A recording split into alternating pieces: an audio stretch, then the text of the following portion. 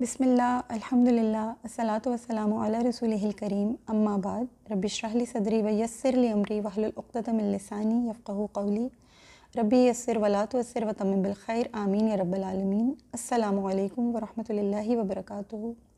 الرحیق المختوم میں آج انشاءاللہ ہم اپنا لیکچر نمبر 7 سٹارٹ کر رہے ہیں، اور لیکچر نمبر 7 میں بھی میرا وہی ٹاپک ہے عرب حکومتیں اور سرداریاں۔ البتہ آج ہم اس کو انشاءاللہ تعالیٰ سم اپ کر دیں گے۔ آخری حکومت، آخری بادشاہی جو کہ شام کی بادشاہی ہے، اس کے بارے میں پڑھیں گے، اس کے بارے میں جاننے کی کوشش کریں گے، اس کا تاریخی پس منظر سمجھیں گے، کس طرح وہ نبی اکرم صلی اللہ علیہ وآلہ وسلم کی حیات مبارکہ سے بالواسطہ یا بلا واسطہ منسوب رہے، منسلک رہے۔ پھر یہ کہ کس طرح وہ عہد صدیقی، عہد فاروقی میں بھی ان کی کچھ نہ کچھ دخل اندازی رہی۔ اور یہ تمام چیزیں پڑھنے کے ساتھ ساتھ ہمیں یہ چیز بالخصوص سمجھنی ہے کہ ہماری شریعت کو سمجھنے میں اس تمام تر پس منظر میں، اس تمام تر تاریخی جو معاملات ہیں، اس میں فوائد کیا شامل ہیں، کیا فوائد ہمیں یہاں سے حاصل ہوں گے۔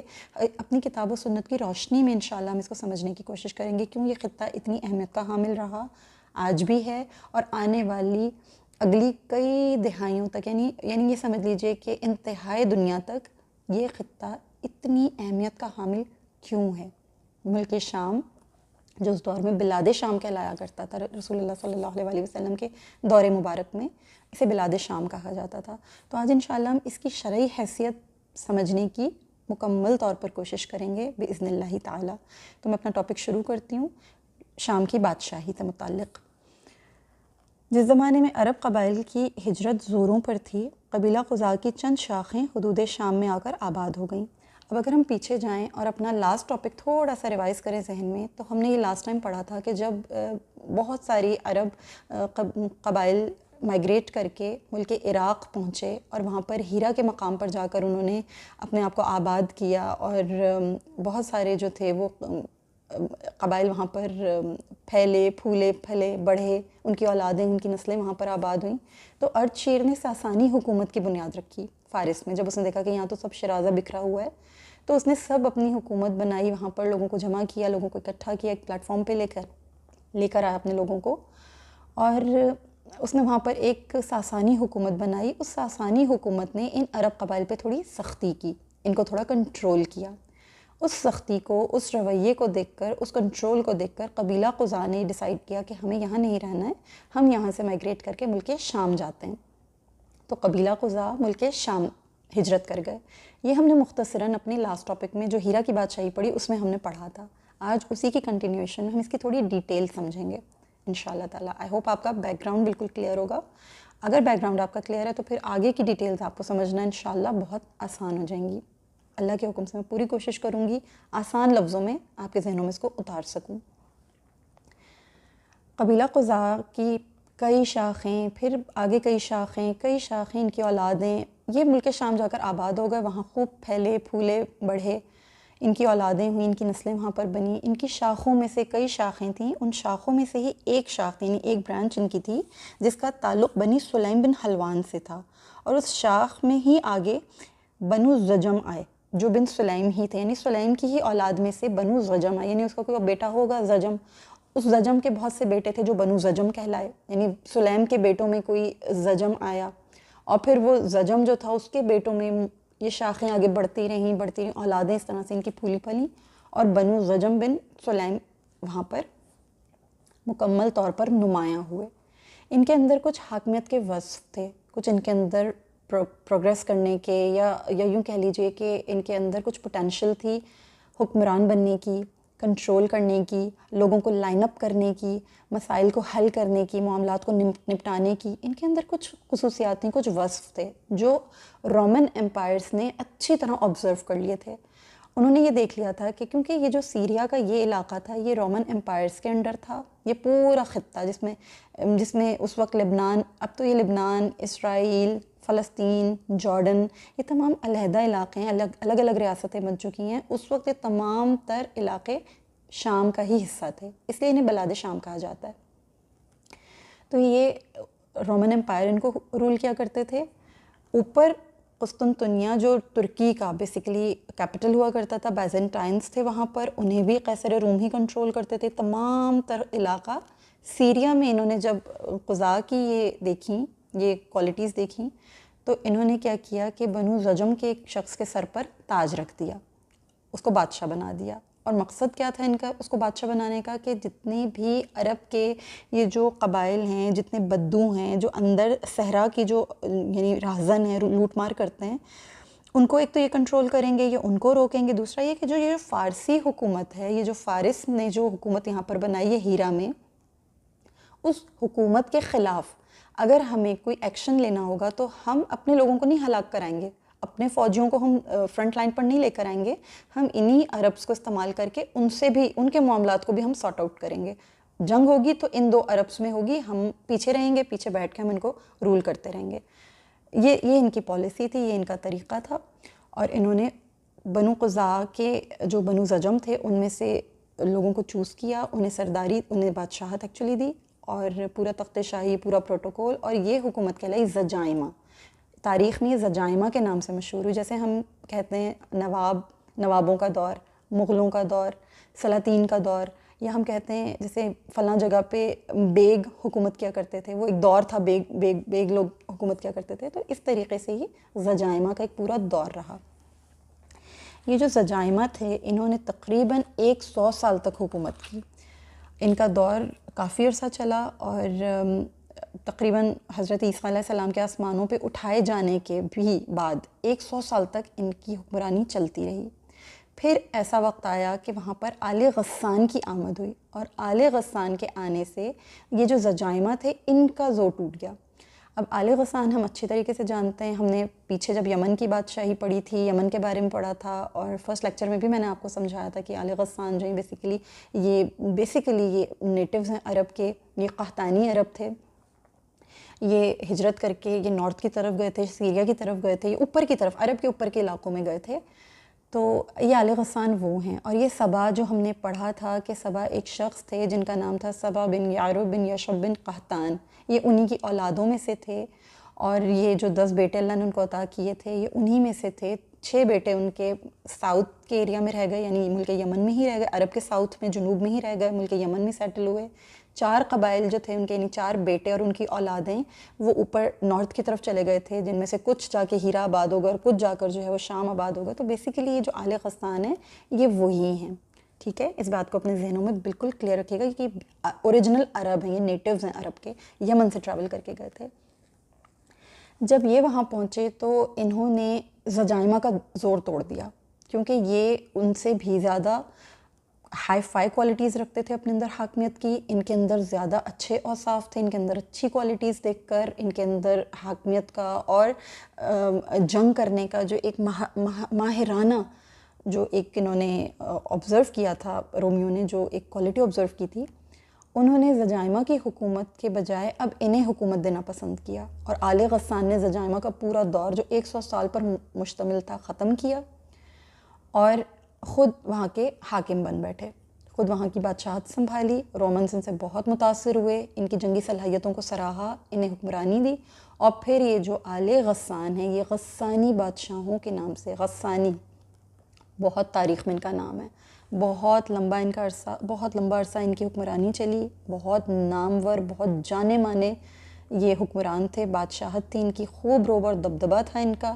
تاریخ میں ان کا بہت گہرا اثر و رسوخ ہم کو ملتا ہے. ان کی جو اولاد تھی انہوں نے تقریباً بہت لمبے عرصے تک حکومت کی، 400 یا اس کے آس پاس تقریباً اتنے سال تک ان کی حکومت رہی. حافظ ابن کثیر رحمہ اللہ کی کتاب میں ہمیں یہ روایت ملتی ہے، اور یہ وہاں سے ہمیں یہ بات جو اوتھینٹکلی پتہ چلتی ہے کہ ان کی جو حکومت تھی وہ کم و بیش 400 سال یا اس کے آس پاس تک رہی ہے. اتنی لمبی حکومت انہوں نے کی ہے. اور ایسا نہیں تھا کہ یہ صرف رسول اللہ صلی اللہ علیہ وسلم ہی کی حیات مبارکہ، یعنی ان کی جو مدنی زندگی ہے اسی تک ان کا جو ہے وہ دخل رہا. یہ عہد صدیقی اور عہد فاروقی میں بھی ان کا آل غسان کی حکومت کا بہت چرچا تھا، بہت زیادہ ان کا جو تھا وہ انٹرفیرنس رہا. بہت معاملات ان کے ساتھ ہوئے، کچھ بگڑے کچھ بنے. اور جو غزوہ تبوک ہوئی تھی جو بے انتہا اہمیت کی حامل غزوہ ہے، کہ جس میں جو جہاد ہے اس کو اللہ تعالیٰ نے فرض عین قرار دیا، یعنی فرض کفایہ ہے. جو جہاد ہے یہ اسلام میں فرض کفایہ ہے، فرض کفایہ کی حیثیت رکھتا ہے. مگر غزوہ تبوک وہ واحد غزوہ مسلمانوں کی جو ان آل غسان کے ساتھ ہوئی تھی، اور اس میں اللہ تعالیٰ نے جو جہاد ہے اس کو فرض عین قرار دیا تھا کہ تمام کے تمام لوگوں کو اس میں شامل ہونا ہے۔ انشاءاللہ بھی ڈیٹیل اس کے آگے چل کے ہم پڑھتے ہیں۔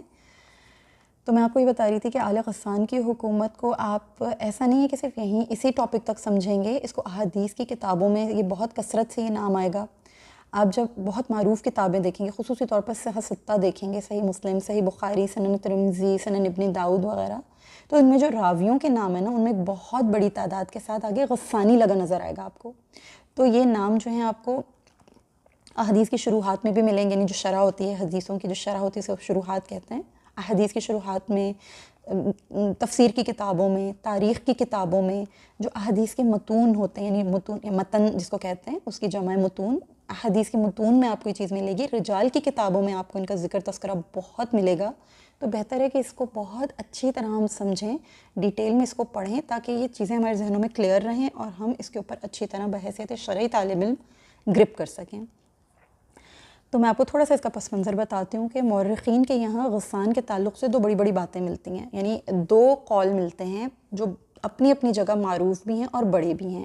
ایک اسکول آف تھاٹ یہ بولتا ہے، ان کا کہنا یہ ہے ان کے مطابق، کہ یہ جو غسان تھا یہ ایک شخص تھا، اور یہ اپنے بال بچوں کے ساتھ جو ہے ٹریول کر کے ملک شام گیا تھا، اور یہ تمام لوگ پھر آل غسان کہلائے۔ انہوں نے وہاں پر جا کر ایک حکومت بنائی، غسان کا قبیلہ تھا، غسان نام سے اس کو جو ہے بہت زیادہ پاپولیرٹی اللہ تعالیٰ نے عطا کی، اور یہ جا کر ملک اردن جو ہے، جو آج کا جارڈن ہے، جس کا کیپٹل عمان ہے، ناٹ عمان، عمان نیچے کی طرف ہے، یمن کے برابر میں ہے، جس کا کیپٹل جو ہے وہ مسقط ہے، یہ ہے عمان۔ اس کے اوپر عین کے اوپر کسرہ ہے، فتحہ ہے، زبر آتی ہے، تو عمان ناٹ عمان۔ یہ جارڈن کا جو کیپٹل ہے عمان، یہ وہاں جا کر انہوں نے جو ہے اپنے ڈیرے ڈالے تھے، اور پھر وہاں سے بصرہ شفٹ ہوئے اور وغیرہ وغیرہ، ناٹ بصرہ، بصرہ کویت کے اوپر عراق میں آتا ہے، یہ بصرہ جو ہے یہ بیسیکلی اردن کے قریب کا ایک نیچے کی طرف کا ایک علاقہ ہے، جو تھوڑا سا اوپر کر کے بنا ہوا ہے، تبوک سے تھوڑا اوپر کر کے بنا ہوا ہے۔ میپ میں ان تمام علاقوں کی جو بڑی خاص اہمیت ہے، کیونکہ ہم اسلامی تاریخ بھی پڑھ رہے ہیں، ہم اسلامی تاریخ کے، اسلامی شریعت کے طالب علم ہیں، تو ہمیں یہ چیزیں سمجھنی بہت ضروری ہیں۔ بہرحال یہ وہاں جا کر آباد ہوا تھا۔ تو ایک تو ہمیں یہ ملتی ہے، اسکول آف تھاٹ یہ کہتا ہے، ایک ہمیں روایت یہ ملتی ہے مورخین کے مطابق۔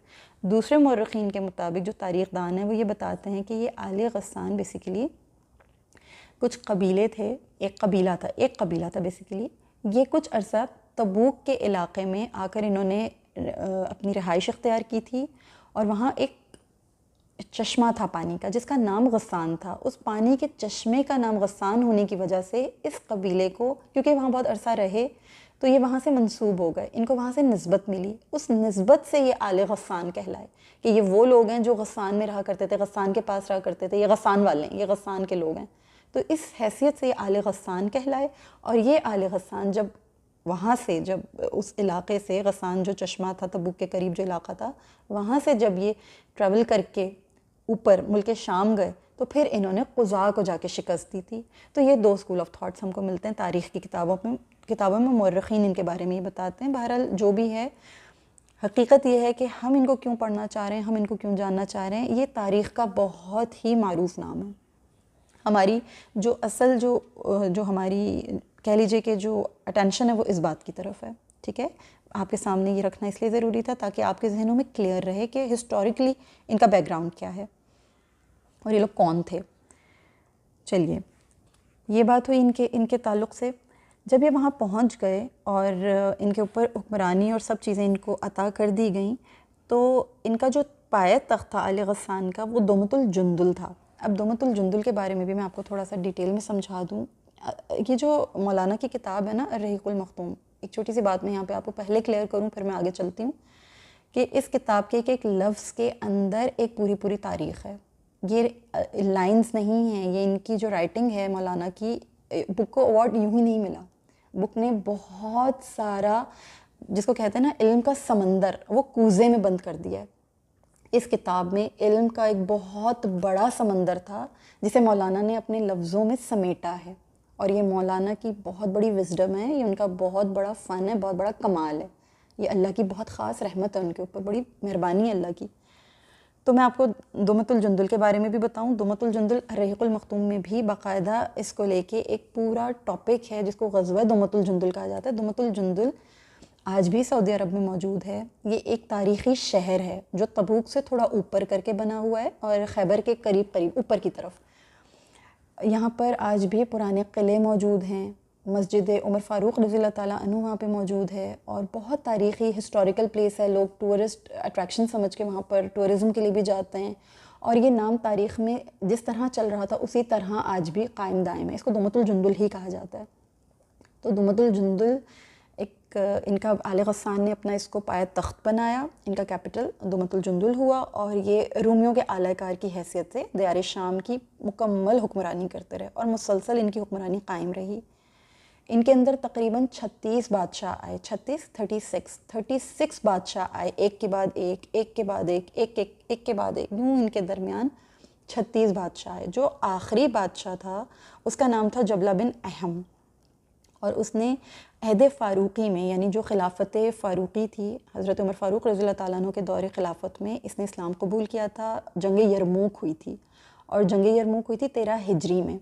13 ہجری میں جنگ یرموک کے بعد اس آخری آل غسان کا جو غسانی بادشاہ تھا جبلہ بن احم، اس نے اسلام قبول کیا تھا اور یہ بہت متکبر شخص تھا یہ پیور عرب، لیکن ظاہری بات ہے اس کے پاس تخت تھا، تاج تھا، بادشاہی تھی، سب کچھ تھا اور فطرتاً یہ تھوڑا سا متکبر شخص تھا. اس نے اسلام تو قبول کر لیا تھا لیکن اس کے اندر اسلامی بھائی چارہ، اسلامی مساوات اور وہ تمام جو برابری کے حقوق تھے وہ برداشت کرنے کی صلاحیت نہیں تھی. یہ اپنے آپ کو بادشاہ سمجھتا تھا، تو یہ سمجھتا تھا میں تو تمام کا تمام جگ جہان کا بادشاہ ہوں، میرے برابر تو کوئی بھی نہیں ہے، اور اگر میں اسلام قبول کر چکا ہوں تو بھی اب میں اتنا سپیریئر ہوں ان سے کہ میں ان کے برابر کے حقوق کا تو حقدار نہیں ہوں، مجھے تو مزید اکرام اور تعظیم ملنی چاہیے. اس چیز نے اس کو اسلام سے مرتد ہونے پر مجبور کیا. اس کے پیچھے ایک واقعہ ہے، وہ واقعہ بھی میں کیونکہ یہاں اس کا ذکر آیا ہے تو میں وہ واقعہ آپ کے سامنے جلدی سے بتا دیتی ہوں، کیونکہ مولانا نے بھی اس کا ذکر کیا کہ اگرچہ اس کا غرور اسلامی مساوات کو زیادہ دیر تک برداشت نہ کر سکا اور وہ مرتد ہو گیا، تو اس کے پیچھے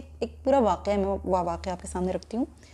ہوا یہ تھا کہ یہ عہد فاروقی میں جنگ یرموک کے بعد اس نے اسلام قبول کر لیا تھا. اس نے حضرت عمر فاروق رضی اللہ تعالیٰ عنہ کو خط لکھا جب تمام قبیلے، تمام قبائل، اور کیونکہ بہت تیزی کے ساتھ پورا عراق فتح ہو چکا تھا، پورا ایران فتح ہو چکا تھا، تمام لوگ جو تھے وہ حلقہ بگوش اسلام ہوئے جا رہے تھے، تو اس نے سوچا کہ مجھے بھی اسلام قبول کرنا چاہیے.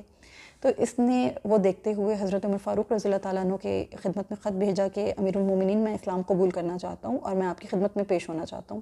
امیر المومنین نے اس کو خوش آمدید کہا. یہ اپنے پورے جاہ و جلال کے ساتھ اپنے سر پر پورا تاج رکھ کے اور پورے اپنے پوشاک وغیرہ پہن کے اپنے بہت سارے جو اس کے جو تمام اس کے ایلچی اور اس کے سولجرز تھے ان کے ساتھ یہ مل کر مدینہ گیا. وہاں جا کر اس نے اسلام قبول کیا. اچھا، یہ وہاں رہا اور پھر ایک وقت ایسا آیا کہ اس نے نا حضرت عمر فاروق رضی اللہ تعالیٰ عنہ کے ساتھ یہ طواف کر رہا تھا.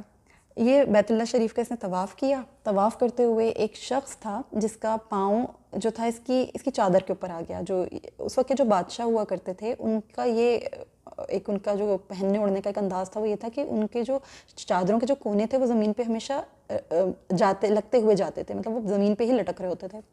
اس شخص کا پاؤں اس کے چادر کے اوپر آ گیا.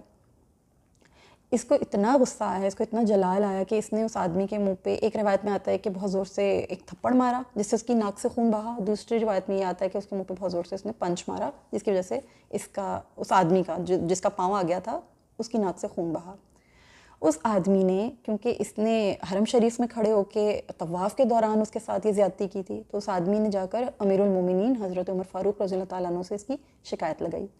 حضرت امیر المومنین نے اس کو طلب کیا عمر فاروق رضی اللہ تعالیٰ عنہ نے. جب یہ ان کے پاس آیا تو اس نے کہا کہ میں تو یہ سوچ رہا تھا کہ وہ شخص میرے برابر کا نہیں، اس نے میرے ساتھ غلط کیا تھا، تو میں نے اس لیے غصے میں آ کے، جلال میں آ کے میں نے اس کو دے مارا. تو حضرت عمر فاروق رضی اللہ تعالیٰ نے فرمایا کہ نہیں، اسلام سے پہلے زمانے جاہلیت میں یہ ہوا کرتا تھا کہ حقوق برابر نہیں ہوا کرتے تھے. اب اس کے پاس بھی وہی حق ہے جو تمہارے پاس ہے، لہٰذا یا تو تم اس کو اجازت دو کہ وہ تمہارے ساتھ معاملہ فہمی کر لے، یا پھر تم اس کا قصاص دو، یعنی جو تم نے اس کے ساتھ کیا وہ برابری کے ساتھ تمہارے ساتھ وہ سلوک کرے. تم نے اگر تھپڑ مارا تو وہ بھی تمہیں تھپڑ مار کے برابر کر لے، یا اگر تم نے مکہ مارا، پنچ مارا، تو وہ بھی مکہ یا پنچ مار کے برابر کر لے. اس سے یہ چیز برداشت نہیں ہوئی. یہ تو بہت فکر مند. اس نے کہا کہ میں تو اس دار اسلام میں اس لیے آیا تھا کہ مجھے مزید تعظیم ملے گی, مزید اکرام ملے گا, مزید توقیر ملے گی. یہ تو میرے ساتھ غلط ہونے جا رہا ہے, تو میں اسلام کو چھوڑتا ہوں. حضرت عمر فاروق رضی اللہ تعالیٰ عنہ نے اس کو صاف الفاظوں میں یہ فرمایا کہ اگر تم نے اسلام چھوڑ دیا, تم نے ارتداد کیا, یعنی تم مرتد ہوئے, تو پھر تم واجب القتل ہو جاؤ گے. ہم تمہیں قتل کر دیں گے, یعنی تمہارے ساتھ کوئی رعایت نہیں برتی جائے گی, تمہارے ساتھ کوئی نرمی کا سلوک نہیں ہوگا, تمہیں ڈائریکٹ قتل کیا جائے گا. یہ بے انتہا پریشان ہو گیا. یہ دونوں صورتوں سے گھبرا گیا کہ اگر میں اس کو قصاص ادا کرتا ہوں تو بھی برا ہے, اگر میں معاملہ فہمی کرتا ہوں تو بھی میری شان گھٹتی ہے, اور اگر میں اسلام سے ارتداد کرتا ہوں تو میں قتل کر دیا جاؤں گا. تو اس نے ان سے 1 دن کی مہلت مانگی. حضرت عمر فاروق رضی اللہ تعالیٰ عنہ نے اس کو 1 دن کی مہلت دی.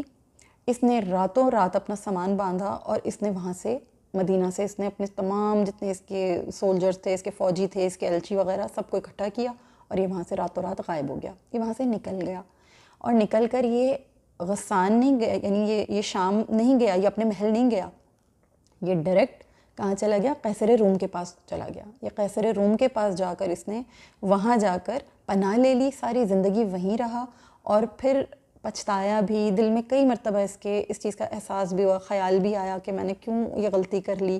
اور نبی اکرم صلی اللہ علیہ وسلم کو باقاعدہ تاریخ میں ملتا ہے کہ نبی اکرم صلی اللہ علیہ وسلم کو یہ درود و سلام بھیجا کرتا تھا, پڑھتا تھا درود و سلام, ان کا کبھی ذکر آتا تھا تو, اور دل میں پوچھتا بھی تھا کہ کیا میں دوبارہ واپس, مطلب جو ایلچی وغیرہ جایا کرتے تھے, جو بھی فرمان روا کے پاس جایا کرتے تھے, ان سے خیر خیریت دریافت کیا کرتا تھا, اور پھر پوچھتا تھا. اور جب اس کے دل میں تکلیف محسوس ہوتی تھی میں نے کیوں چھوڑ دیا, تو درود و سلام پیش کرتا تھا رسول اللہ صلی اللہ علیہ وسلم پر. اور بہرحال اسی حالت میں یہ مرتد ہوئے ہی انتقال کر گیا. اس کا غرور و تکبر اس کے راستے میں آتا رہا. اس کے غرور و تکبر نے اس کو دوبارہ اسلام قبول کرنے پر آگے نہیں بڑھنے دیا. تو یہ غرور اس قدر بری چیز ہے. اللہ اس غرور سے ہم سب کو محفوظ فرمائے. شیطان کا بہت بڑا ہتھیار ہے. غرور کا بیج, تکبر کا بیج اللہ کسی کے دل میں نہ ڈالنے دے شیطان کو. یہ سب سے پہلا اور سب سے بڑا انسان کا خسارہ ہے غرور, تکبر. تکبر کا سزاوار صرف اللہ رب العالمین ہے, جس کا نام ہے المتکبر. اس کے سوا تکبر کسی کو نہیں جچتا. کوئی اس قابل نہیں ہے اس پورے روئے زمین پر, اس پوری کائنات میں, جو اپنے آپ کو المتکبر کے برابر کر سکے. معاذ اللہ, المتکبر صرف اللہ ہی کو سزاوار ہے. بہرحال یہ اس کا قصہ تھا. جبلہ بن اہم سے متعلق بہت ساری اور بھی روایات ہیں, بہت سارے اور معاملات بھی ہیں جو آج انشاءاللہ تعالی ہم اس ٹاپک میں ضرور پڑھیں گے, کیونکہ یہ بہت اہم نام ہے تاریخ کا. تو مولانا نے بس اتنا ہی بتایا ہے شام کی بادشاہی سے متعلق, لیکن کیونکہ ہم اس کو پڑھیں گے تو ہمیں بہت سی باتیں اور ہیں جو ہماری شرعی اعتبار سے بہت ہمیں فوائد دیں گی, بہت ہمیں فائدہ ہوگا, تو وہ ہم جاننے کی کوشش کرتے ہیں. ہم نے ابھی پڑھا تھا کہ آل غسان کا جو پایا تخت تھا وہ دومت الجندل تھا, اور میں نے آپ کو بھی یہ بھی بتایا کہ دومت الجندل ایک بہت تاریخی شہر ہے, ابھی بھی موجود ہے. تو دومت الجندل سے متعلق 2 اہم واقعات ہمیں ملتے ہیں جس کا ایک تاریخی پس منظر ہے. ایک تو غزوہ دومت الجندل ہوئی تھی, وہ ہم الرحیق المختوم میں انشاءاللہ تعالیٰ آگے کے ٹاپکس میں جا کے پڑھیں گے کہ نبی اکرم صلی اللہ علیہ وسلم کس طریقے سے 25 دن کے لیے مدینہ سے نکل کر یہ دومت الجندل کے مقام پر پہنچے تھے, اور یہاں کے جو راہزن تھے, جو ڈاکو تھے, جو لوٹ مار کیا کرتے تھے, ان کا سد باب کرنا چاہا تھا آپ صلی اللہ علیہ وسلم نے, ان کا زور توڑا تھا. اور یہ جو مسلمان جتنے بھی تھے نبی اکرم صلی اللہ علیہ وسلم کی قیادت میں, یہ رات میں سفر کرتے تھے اور دن میں چھپ جایا کرتے تھے, تاکہ اچانک جو مسلمان تھے انہوں نے اچانک ان کو پکڑنے کی کوشش کی تھی, ریڈ ہینڈڈ پکڑنے کی کوشش کی تھی. یہ نبی اکرم صلی اللہ علیہ وسلم کی حکمت عملی تھی. تو یہ ایک دومت الجندل سے ایک یہ غزوہ جو ہے یہ منسلک ہے. دوسرا تاریخ کی کتابوں میں ایک بہت حساس واقعہ ہے جو کہ التحکیم کے نام سے موجود ہے. حضرت علی رضی اللہ تعالیٰ عنہ اور امیر معاویہ بن سفیان رضی اللہ تعالیٰ عنہ سے ایک جڑی ہوئی ایک تاریخ کی ایک بہت حساس نوعیت کی ایک بہت اہم جو معاملہ فہمی تھی التحکیم کے نام سے, وہ بھی دومت الجندل میں ہوئی تھی, جب حضرت عثمان غنی رضی اللہ تعالیٰ عنہ کو شہید کر دیا گیا تھا اور حضرت علی رضی اللہ تعالیٰ عنہ کو خلافت زبردستی دی گئی تھی. حضرت علی رضی اللہ تعالیٰ عنہ خلافت لینے کے لیے خود سے رضامند نہیں ہو رہے تھے. آپ بیک سٹیپ ہو گئے تھے. شروع میں آپ کیونکہ آپ اہل تو تھے, آپ تو ہمیشہ سے اہل تھے, آپ تو بہت جلیل القدر ہستی ہیں, تو معاملات کچھ اس طرح سے ہوئے کہ ان کی شہادت کے بعد ان کے ہاتھ پر بیعت کی گئی، زبردستی ان کو خلیفہ بنایا گیا، اور جنہوں نے ان کے ہاتھ پر بیعت کی تھی ان میں سے اکثر جو تھے وہ اس طرح کے تھے کہ جو نہ ان کے پیارے تھے اور نہ اسلام کے پیارے تھے، مگر وہ ایک پوری ایک تحریک تھی، ایک پورا ایک ان کے پیچھے ایک بڑی تاریخی سی بات ہے اور بہت حساس قسم کی بات ہے۔ بہرحال حضرت علی رضی اللہ تعالیٰ عنہ کو بنا دیا گیا خلیفہ، اور دمشق میں معاویہ بن سفیان رضی اللہ تعالیٰ عنہ کی وہاں پر جو تھی وہ گورنر تھے وہاں کے، انہوں نے اس بیعت سے انکار کر دیا تھا۔ بہرحال معاملات کچھ حساس نوعیت کے ہوئے، بات آگے بڑھی، اور اس ہی حوالے سے اسی بات کی کنٹینویشن میں ایک جنگ ہوئی جس کا نام تھا جنگ جمل۔ حضرت علی رضی اللہ تعالیٰ عنہ کا بہرحال موقف بے انتہا بھاری تھا، بے انتہا وزنی موقف تھا ان کا، وہ حق پر تھے، وہ جانتے تھے کہ وہ جس مارے آگے بڑھ رہے ہیں وہ بالکل حق پر ہیں، ان کا موقف بھاری ہے۔ جنگ جمل میں حضرت عائشہ صدیقہ ام المومنین رضی اللہ تعالیٰ عنہ اونٹ پر بیٹھ کر تشریف لے کر گئی تھیں، اور جنگ جمل، اس کا نام جمل اونٹ کو کہتے ہیں اسی لیے اس کا نام جنگ جمل ہوا۔ پھر حضرت علی رضی اللہ تعالیٰ عنہ نے ان کو اپنا موقف بیان کیا کہ ام المومنین آپ کے لیے مناسب نہیں ہے، آپ اس معاملے میں، میرا موقف یہ ہے، میں آپ کے سامنے رکھتا ہوں۔ تو حضرت بی بی عائشہ ہیں ام المومنین رضی اللہ تعالیٰ عنہ، وہ فوراً ان کی بات کو انہوں نے تائید کی، وہ سمجھ گئیں، پھر انہیں بہت عزت کے ساتھ، بہت احترام، بہت وقار کے ساتھ ایک جماعت کے ساتھ واپس مدینہ بھیج دیا گیا، اور یہ جنگ جمل جو ہے وہ ان دو ہستیوں کے درمیان، ان صحابہ کے درمیان یہ جنگ جمل ہوئی۔ اس کے بعد معاملات کچھ اور مزید سنگینی کی طرف گیا۔ اس کا تمام جو فائدہ تھا وہ ظاہر سی بات ہے خوارج اٹھا رہے تھے، یہاں بھی مسلمانوں کی جماعت تھی، وہاں بھی مسلمانوں کی جماعت تھی، جو بھی ہوا ایک تاریخی پس منظر ہے۔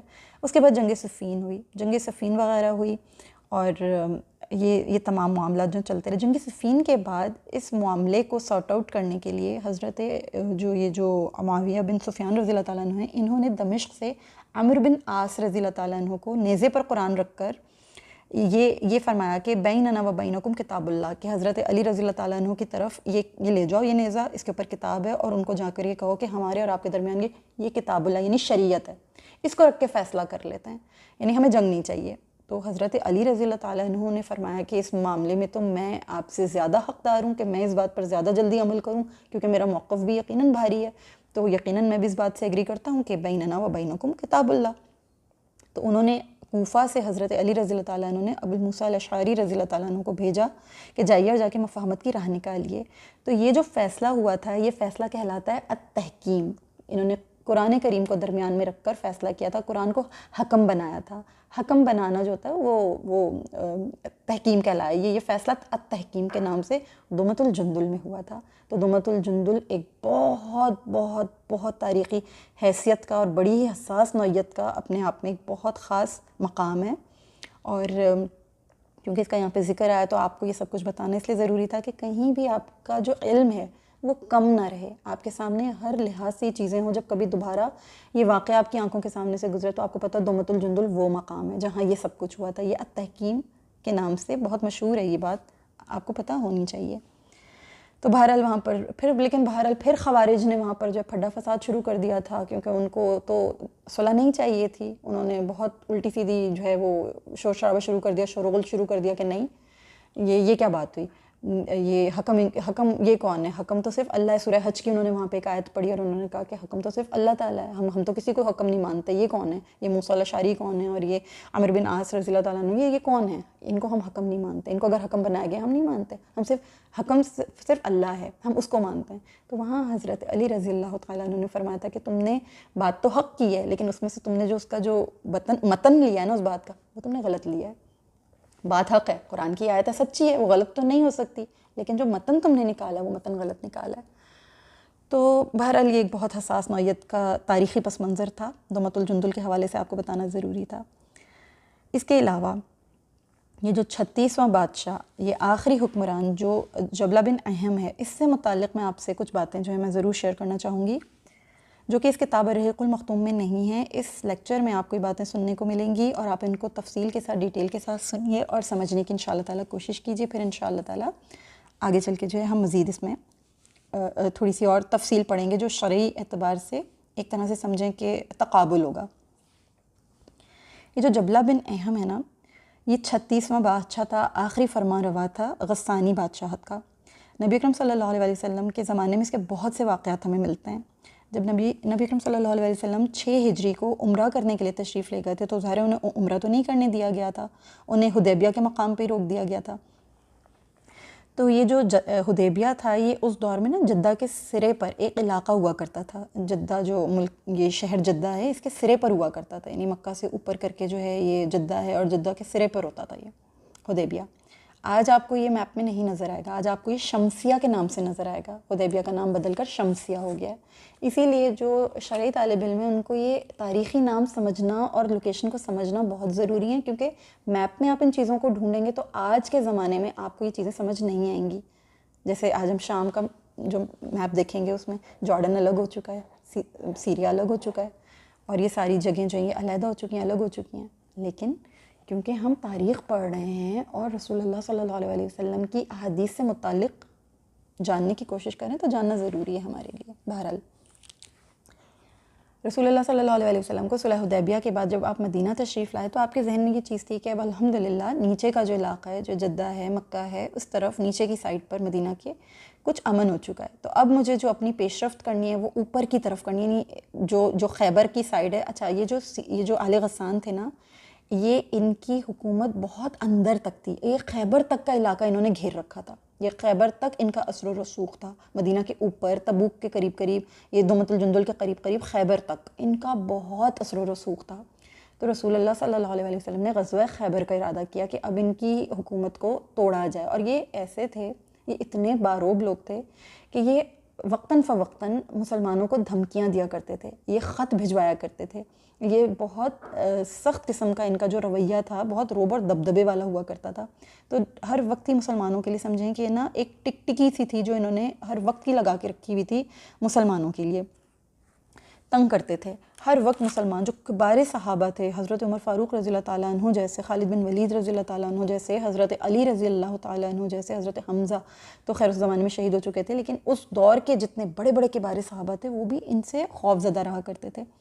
الرٹ رہتے تھے، ایکٹیو رہتے تھے کہ ابھی آیا آل غسان، ابھی آیا آل غسان، ان کی نال بندی ہو رہی ہے تو بس کبھی بھی آ جائیں گے، کبھی بھی آ جائیں گے. اور ظاہر ہے اس زمانے میں کوئی سیٹلائٹ تو ہوتا نہیں تھا، کوئی ریڈار سسٹم تو ہوتا نہیں تھا. تو یہ لوگ مسلمانوں کو نا ہر وقت مینٹلی پریشر میں رکھتے تھے، پریشان رکھتے تھے. تو ان کا جو قلع قمہ تھا، ان کا جو خاتمہ تھا یا ان کا جو زور تھا وہ توڑنا بے انتہا ضروری تھا.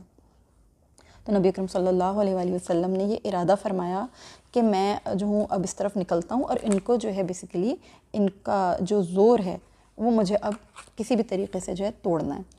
تو آپ صلی اللہ علیہ وآلہ وسلم ان سے نمٹنے کے لیے جب نکلے تو ایک جماعت آپ نے بنو عمار کی طرف بھجوائی. یہ جو مدینہ کی سیدھی طرف ریاض کا علاقہ اور یہ جو اس طرف کا جو علاقہ کر کے تھا نا، وہ وہاں پر کچھ شریر قسم کے، اوباش قسم کے قبائل رہا کرتے تھے جو آزاد تھے، بکھرے سے تھے، ٹوٹے تھے، کبھی کہیں تھے، کبھی کہیں تھے، اور لوٹ مار بہت کرتے تھے، رازنی بہت کرتے تھے. تو یہ ہر وقت رسول اللہ صلی اللہ علیہ وسلم کو ان کے اوپر بھی نظر رکھنی ہوتی تھی مسلمانوں کو. اور ان سے نمٹنے کے لیے آپ صلی اللہ علیہ وسلم نے یہ سوچا کہ جس وقت ہم مدینہ سے نکلیں گے، مدینہ خالی ہو جائے گا، ایسا نہ ہو کہ بنو عمار جو یہ داخل ہو جائے مدینہ میں. تو ان کے اوپر بھی نظر رکھنے کے لیے ایک صحابہ کی جماعت آپ صلی اللہ علیہ وسلم نے وہاں پر کھڑی کر دی کہ بس آپ لوگ ان کے اوپر نظر رکھنا، جنگ نہیں کرنا لیکن ان کو کنٹرول رکھنا. یہ نبی صلی اللہ علیہ وسلم کی حکمت عملی تھی کہ آپ ایک طرف قیادت فرما رہے ہیں اور دوسری طرف کو بھی آپ کنٹرول کر رہے ہیں. ایسا نہیں کر رہے ہیں کہ آپ ایک طرف نکل رہے ہیں تو دوسری طرف کی آپ کو پرواہ نہیں ہے. آپ اتنے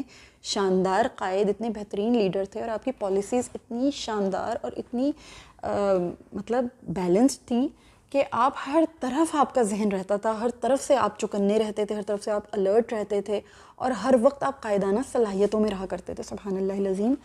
تو آقا کریم صلی اللہ علیہ وآلہ وسلم نے بنو عمار کی طرف ایک جماعت کو بھجوا دیا اور خود آپ نے پیش رفت کی آگے کی طرف. آپ نے اس دور میں نا عمراؤں کو، رؤساؤں کو، ان کو سب کو خط لکھے، جتنے بھی بادشاہ تھے، فرما روا وغیرہ تھے، ان کو خط لکھے. اس دور میں آپ صلی اللہ علیہ وآلہ وسلم نے ہرقل کو بھی خط لکھا. ہرقل یہ جو قیصر ہوتا تھا اس کا لقب تھا، یہ جو بادشاہ تھا روم کا، اس کو ہرقل کہا جاتا تھا. ہرقل بھی کہا جاتا تھا، قیصر تو وہ تھے ہی، انہیں ہرقل کہا جاتا تھا. تو ہرقل کے نام بھی آپ صلی اللہ علیہ وآلہ وسلم نے، آپ کی اسکرین پہ اپیئر ہو رہا ہے، خط لکھا. یہ اس خط کی جھلک ہے صلی اللہ علیہ وآلہ وسلم. تو یہ خط جب جایا کرتا تھا، کوئی بھی چیز کسی بھی ملک سے جب جایا کرتی تھی ہرقل کے لیے، تو بیچ میں یہ غسان جو تھے یہ پہلے اس کو چیک کرتے تھے، اسے ڈبل چیک کرتے تھے، کیا چیز آئی ہے، کہاں سے آئی ہے، کون لے کر آیا. تو یہ اس وقت جب یہ خط پہنچا تو کس کے پاس پہنچا؟ اس وقت کا جو بادشاہ تھا وہ تھا جبلہ بن اہم. جبلہ بن اہم نے یہ خط جو تھا یہ پڑھا، اور کیونکہ یہ تو عرب تھا، یہ جانتا تھا، اور نبی اکرم صلی اللہ علیہ وسلم کی حرمت، آپ صلی اللہ علیہ وسلم کا جو رعب و دبدبہ، جو آپ کے جو شان و شوکت تھی، اس کے بارے میں اس کو احساس تھا. اس نے وہ خط ہرقل کی طرف پہنچایا. اب اللہ کی شان یہ تھی کہ اس زمانے میں جس وقت یہ خط ہرقل کی طرف گیا، ہرقل خود کہاں موجود تھا؟ ہرقل یہ فارس سے جنگ کرنے کے لیے آیا ہوا تھا. یہ کہاں آیا ہوا تھا؟ اس نے ہمس کے مقام پر ہرقل موجود تھا. یہ فارس کے ساتھ ان دونوں کی، یعنی یہ رومیوں کی اور فارس کی، ایک بہت گھمسان کی جنگ ہوئی تھی، بہت زبردست جنگ ہوئی تھی اس دور میں، اور اس میں فارس کی حکومت جو تھی وہ شکست کھا گئی تھی. اب پوری دنیا کا جو سپر پاور تھا وہ روم تھا. یعنی جس وقت غزوہ خیبر کا جو زمانہ ہے، اس زمانے کی آپ کو بتا رہی ہوں بات. اس زمانے میں نبی اکرم صلی اللہ علیہ وسلم نے ہرقل کے نام خط لکھا تھا قبول اسلام کے لیے، اسلام کی دعوت کے لیے، کہ میں محمد ہوں صلی اللہ علیہ وسلم، اسلام کا نبی اور اس شریعت کا نبی ہوں، میں آپ کو یہ اسلام کی دعوت دے رہا ہوں. یہ خط کی آپ جھلک دیکھ سکتے ہیں اسکرین پہ. ہرقل جب فارس کو شکست دے چکا تو اس نے بیت المقدس جانے کا ارادہ کیا، شکرانہ ادا کرنے کے لیے اس نے وہاں جانے کا ارادہ کیا. یہ بیت المقدس پہنچا. اچھا، اب یہ جب بیت المقدس پہنچا، اسی وقت جو ہے یہ رسول اللہ صلی اللہ علیہ وسلم کا یہ ہمس میں یہ بادشاہ موجود تھا ہرقل، یہ وہاں سے بیت المقدس گیا تھا. ہمس جو ہے نا، یہ بیسیکلی ایک علاقہ ہے جہاں پر حضرت خالد بن ولید رضی اللہ تعالیٰ عنہ کی بھی قبر ہے. ملک شام دمشق کا جو علاقہ ہے نا، وہاں اس کے قریب یہ ایک علاقہ ہے، ہمس کہلاتا ہے. خالد بن ولید رضی اللہ تعالیٰ عنہ کی قبر ہے وہاں پر. یہ وہاں پہنچا.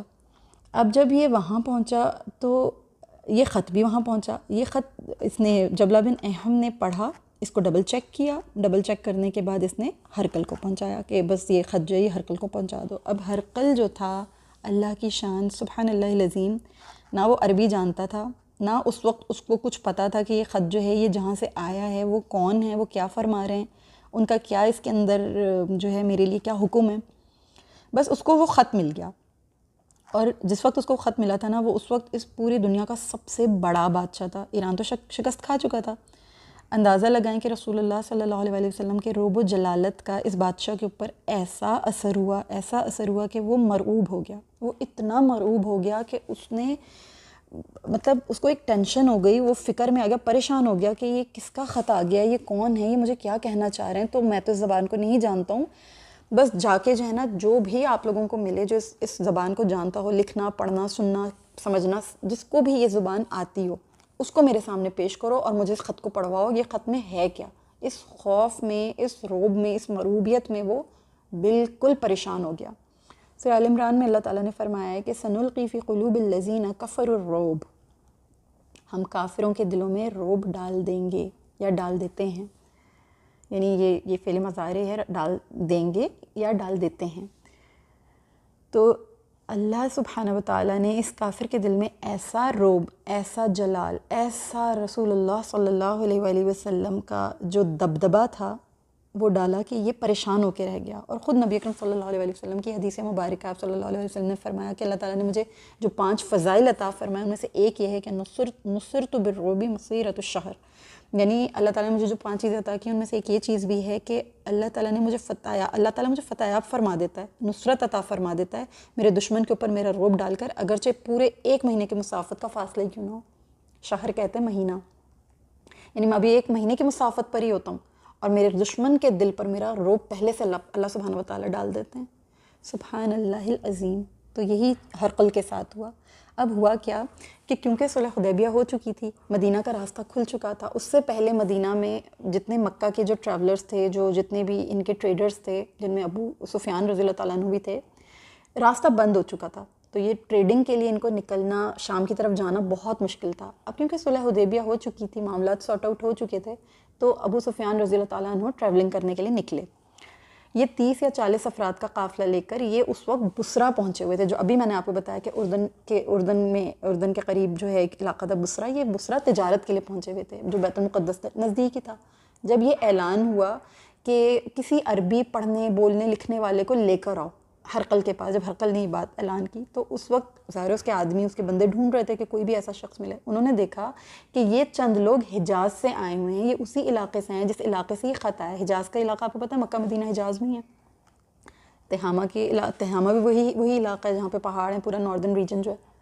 تو اس کو ہرقل کو یہ بتایا گیا کہ ہاں تہامہ سے کچھ لوگ آئے ہوئے ہیں, ان کو جو ہے ہرقل کے پاس لے جایا جائے. اب وہ جو لوگ تھے سبحان اللہ العظیم, وہ ابو سفیان رضی اللہ تعالیٰ عنہ اور ان کے 30 یا 40 افراد تھے, ان کے قافلے میں سے تھے.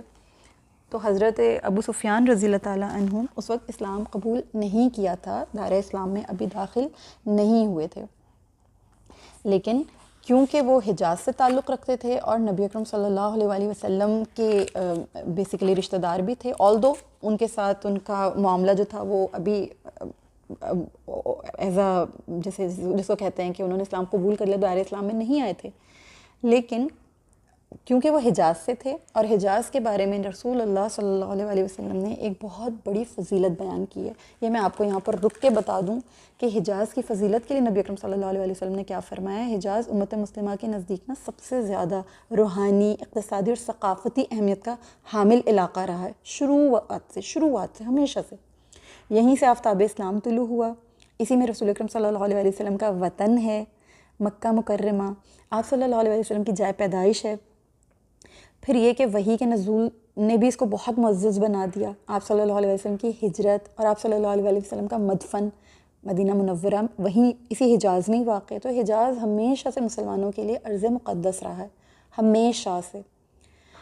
تو یہ جو اہل حجاز ہیں نا, ان کی فضیلت میں نبی اکرم صلی اللہ علیہ وآلہ وسلم کا یہ ارشاد مبارک ہے کہ غلظ القلوب والجفائی فی المشرقی والایمان فی اہل الحجاز, کہ دلوں کی سختی اور کھردرا پن مشرق والوں میں ہے اور ایمان حجاز والوں میں.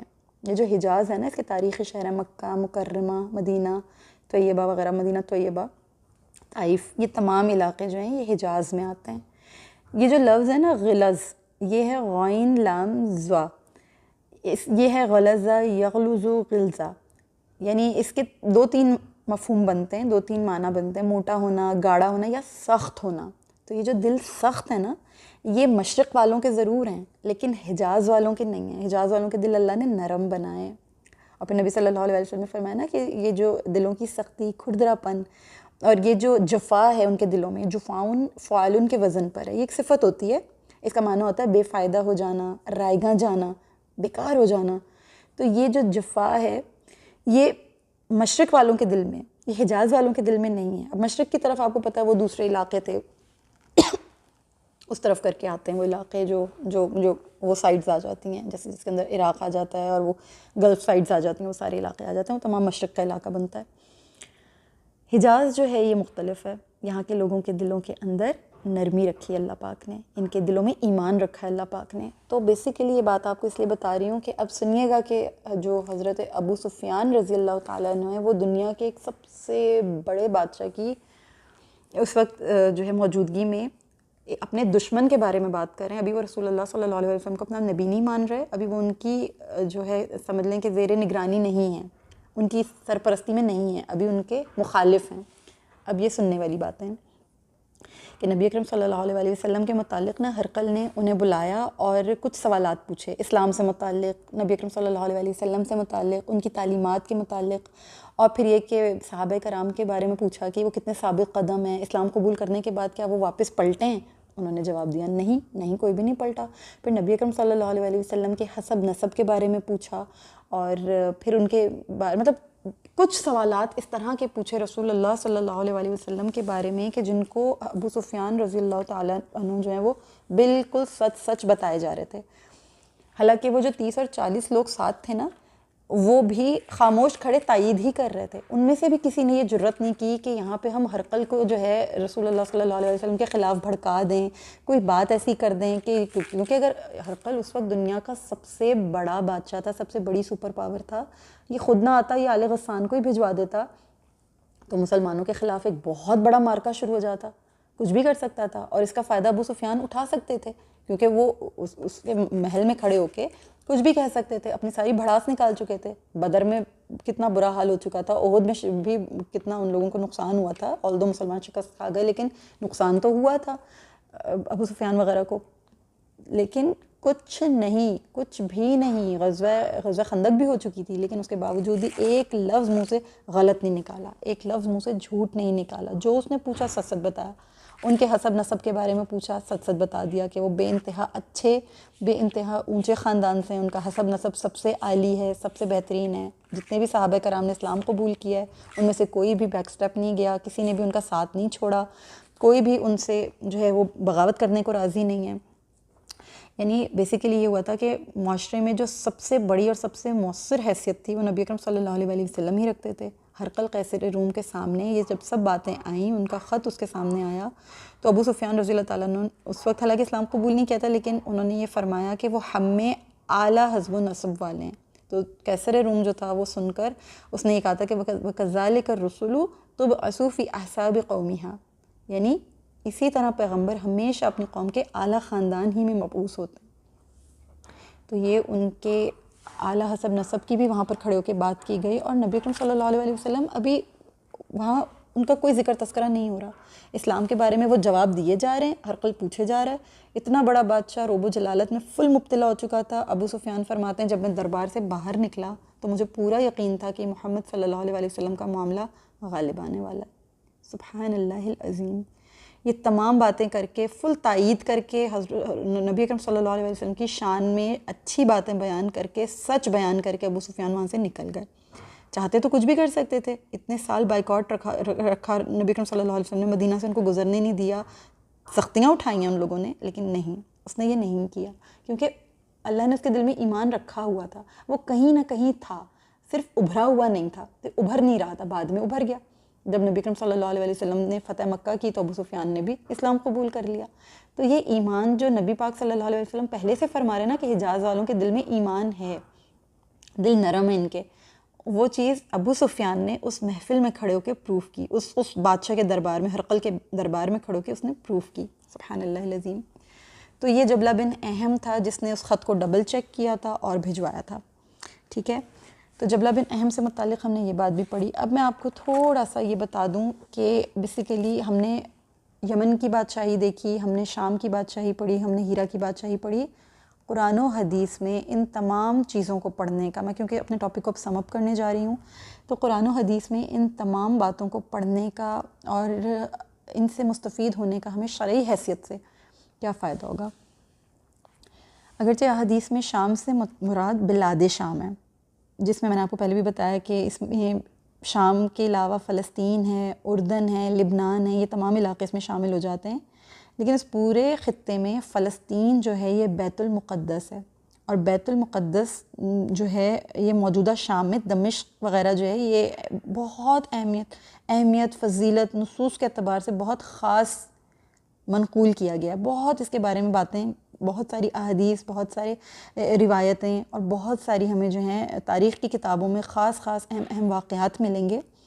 جو فلسطین ہے یہ بیت المقدس ہے، اور آج کا جو شام ہے نا دمشق، یہ بھی بہت اہمیت کا حامل ہے، بہت اہمیت ہے اس کی بہت خاص اہمیت ہے، فضیلت ہے.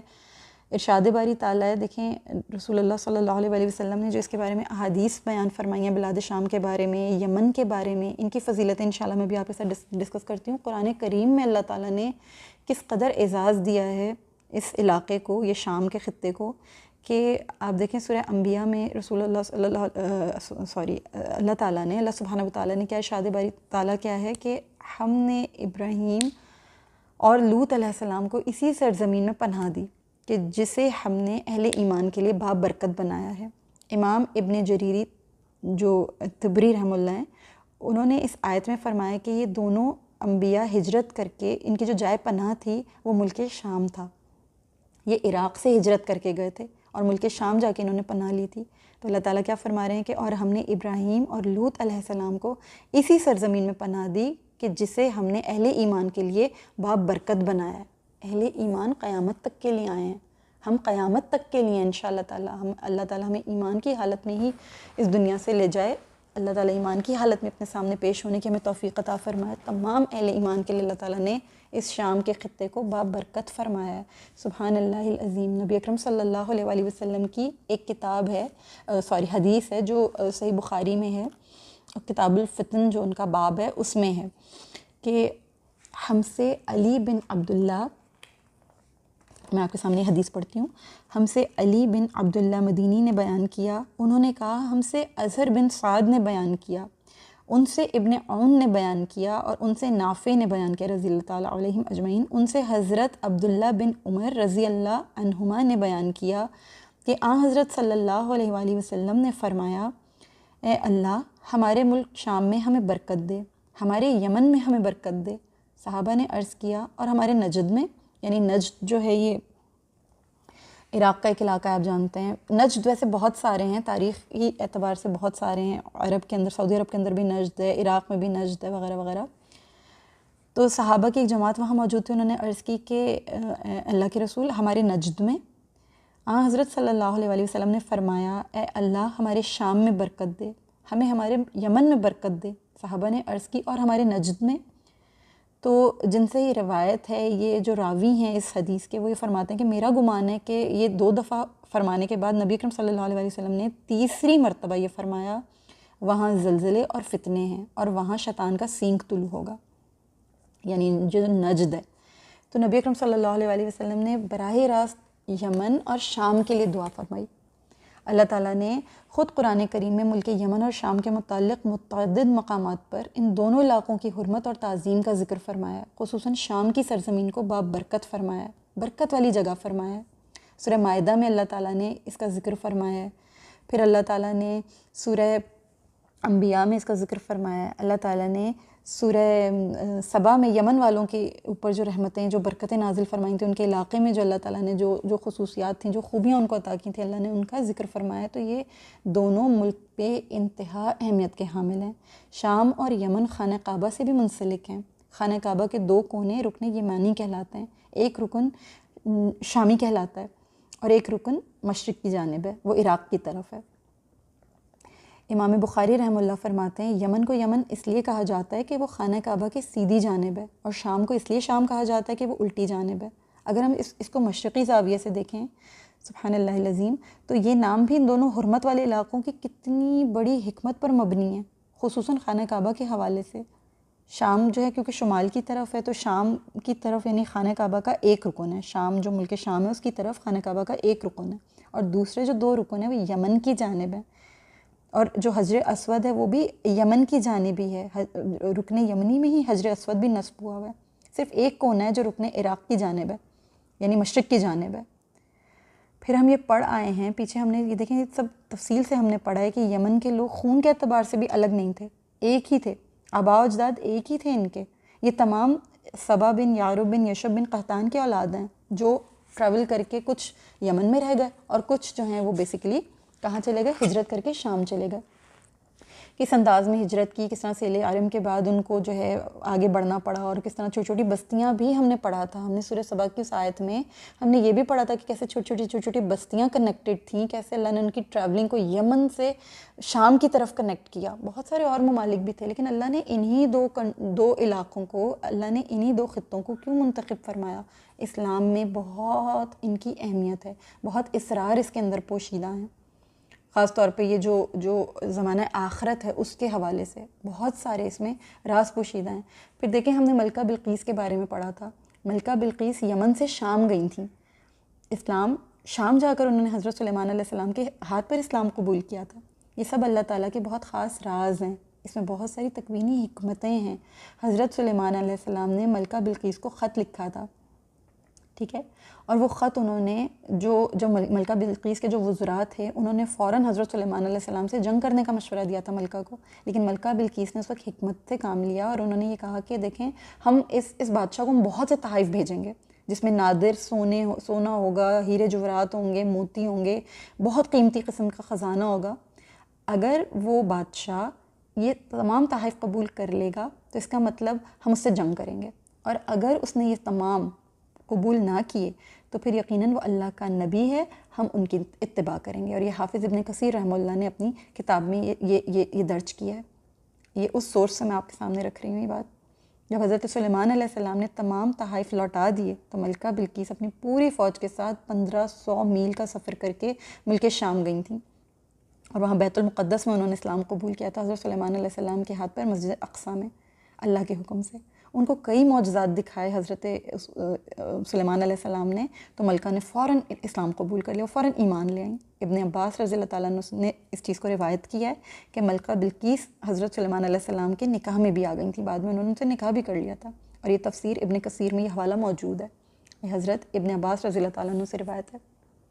پھر یہ کہ قریش کو اللہ تعالیٰ نے تجارت کے لیے جو باہمی راستہ عطا فرمایا وہ بھی یمن سے شام اور شام سے یمن۔ دیکھیں سورہ قریش میں اس کی عظمت اللہ تعالیٰ نے کتنے عظیم احسان کے حوالے سے بیان کی ہے، یہ ذکر ملتا ہے ہم کو۔ اللہ نے ان کو بھوک پیاس سے بھی، سردی گرمی سے بھی، خوف میں بھی ان کو امن عطا کیا۔ تو یہ بہت بڑی حکمتیں ہیں اللہ تعالیٰ کی۔ پھر رسول اللہ صلی اللہ علیہ وسلم کے جو پردادا ہاشم تھے، تجارت کے لیے وہ کہاں گئے تھے؟ ملک شام گئے تھے۔ انہوں نے تجارت، شام کا جو روٹ تھا وہ انہوں نے تجارت کے لیے اختیار فرمایا۔ سب سے پہلے جو ملک شام کی تجارت کی بنیاد ڈالی تھی وہ نبی اکرم صلی اللہ علیہ وسلم کے پردادا ہاشم نے ڈالی تھی۔ انہوں نے مدینہ میں سلمہ بنت عمر سے نکاح کیا، ان کا نکاح ہوا، سلمہ پریگننٹ ہو گئیں، اور یہ جو ہاشم تھے یہ ملک شام تشریف لے گئے، اس کے سفر پر روانہ ہو گئے، وہیں پر ان کا انتقال ہو گیا۔ پیچھے سلمہ کو اللہ تعالیٰ نے بیٹا عطا فرمایا تھا جن کا نام شیبہ تھا، اور شیبہ جو تھے وہ بڑے ہو کے حضرت عبد المطلب کے نام سے مشہور ہوئے۔ ہم انشاءاللہ تعالیٰ آگے چل کے جب خاندان پڑھیں گے تو پھر ہم یہ اس کی مزید فردر ڈیٹیلز پڑھیں گے۔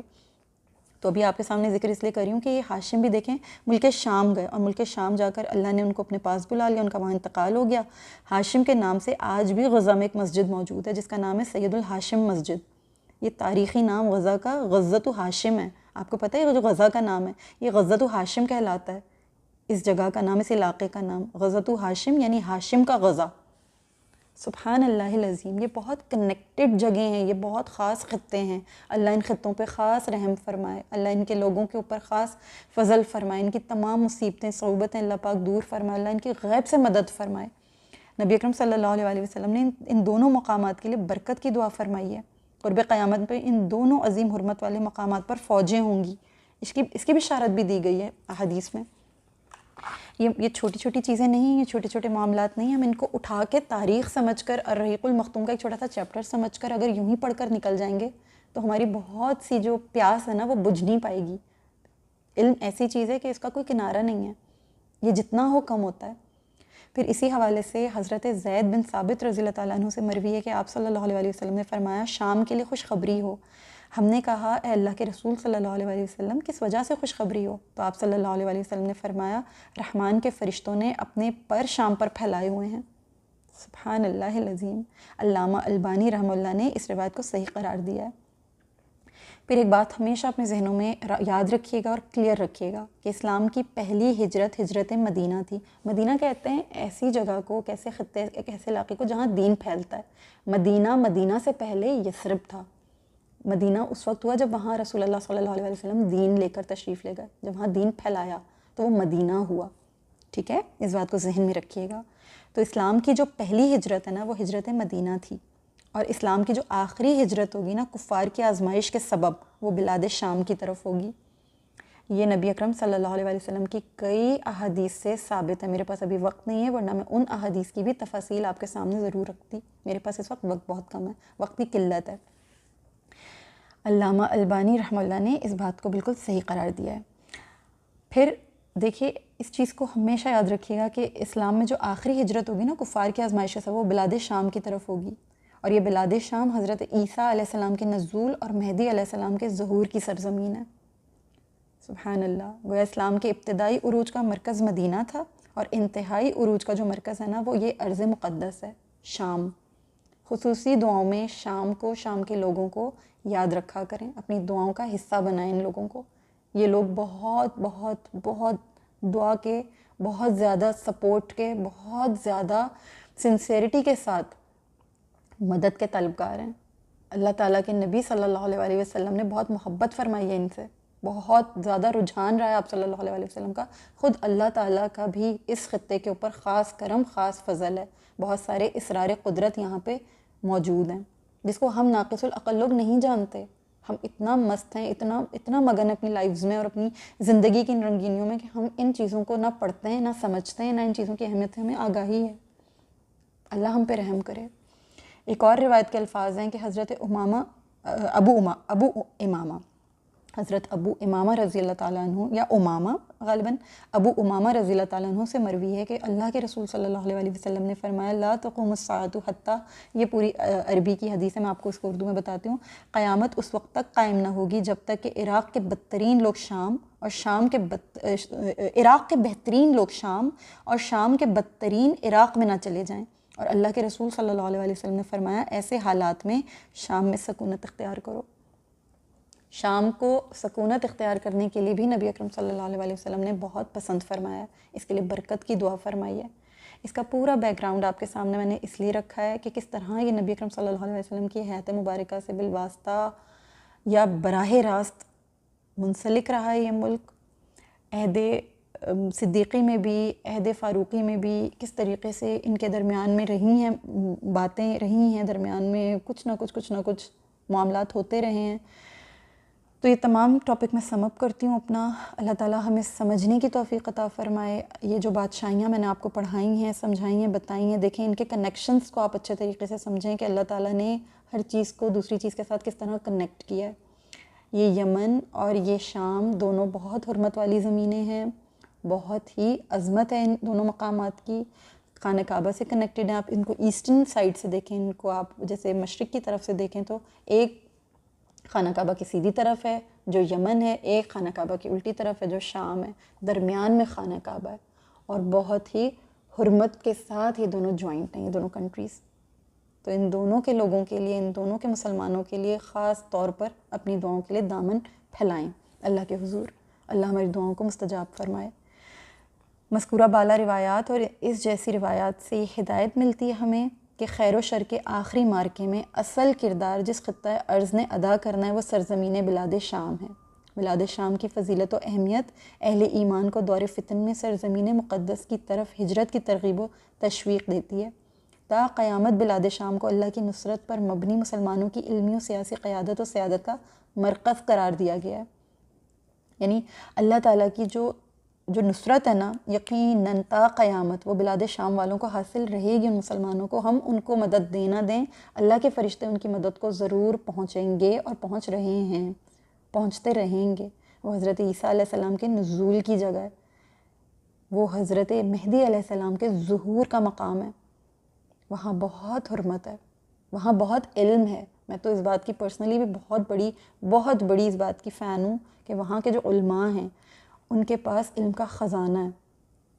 بہت بہت بہت حرمت والی جگہ ہے. سبحان اللہ العظیم. دور فتن میں بلاد شام کو مسلمانوں کا وطن قرار دیا گیا ہے. ارض شام میں نزول عیسیٰ اور ظہور مہدی علیہ السلام کی خبریں، یہ تمام وہ تعلیمات ہیں جو امت مسلمہ کے عروج ثانی میں سرزمین شام کے فیصلہ کن کردار کا فیصلہ سنا رہی ہیں. وہاں فیصلہ ہوگا. اور ایک روایت میں یہ بھی ہے کہ جو حشر کا میدان ہے یہ بھی ملک شام میں ہی ہوگا. ملک شام میں ایک حشر کا میدان برپا ہوگا، ایک حشر وہاں ہوگا. سب مسلمانوں کو وہاں پہنچا دیا جائے گا، تمام مسلمان وہاں پہنچ جائیں گے. تمام انسان جو اچھے نیک انسان ہوں گے ان کو گھیر گھیر کے وہاں پہنچایا جائے گا. میرے پاس وقت نہیں ورنہ میں آپ کو یہ حدیث بھی بتاتی کہ یمن سے ایک حضر موت کی طرف سے ایک آگ ابھرے گی اور وہ آگ سب کو لپیٹتی ہوئی اس طرف لے کر جائے گی. تو بیسیکلی اس کی بھی شرح بہت ضروری ہے. حدیث جب بتائی جاتی ہے تو حدیث کی شرح ضروری ہوتی ہے. میرے پاس اس وقت نہیں ہے. میری اللہ سے دعا ہے کہ میں نے آپ کو آج جتنا بھی بتایا، جتنا بھی پڑھایا ہے، جتنا بھی ہم نے جاننے کی کوشش کی ہے، اللہ تعالیٰ ہمیں سمجھنے کی توفیق عطا فرمائے. اللہ اس میں میرے لیے، آپ کے لیے بہت برکت رکھے. اللہ اس کو ہماری آخرت کے لیے ذخیرہ خیر بنائے اور ہمیں نیک مسلمان، عمل کرنے والا مسلمان بنائے. آمین یا رب العالمین. السلام علیکم ورحمۃ اللہ وبرکاتہ.